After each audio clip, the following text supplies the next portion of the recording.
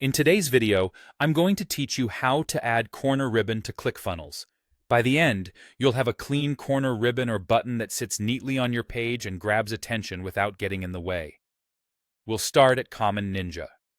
Head there and create a corner button or a corner pop-up widget.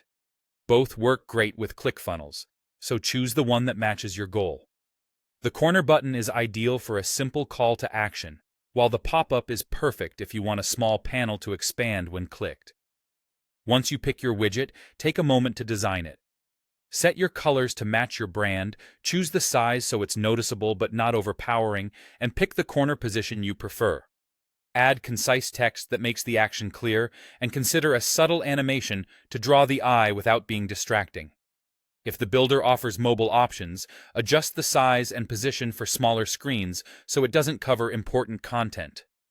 Use the preview inside Common Ninja to make sure everything looks right before moving on.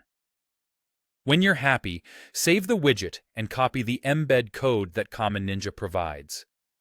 This is the snippet that will place the ribbon or button on your page automatically, so keep it handy.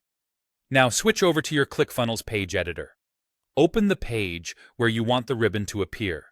Add an HTML or custom code element to the layout, or open a text element and access its HTML area if that's easier for your setup. Paste the embed code exactly as you copied it. The code will handle the positioning, so don't worry too much about where the element sits in the layout. It will pin itself to the chosen corner.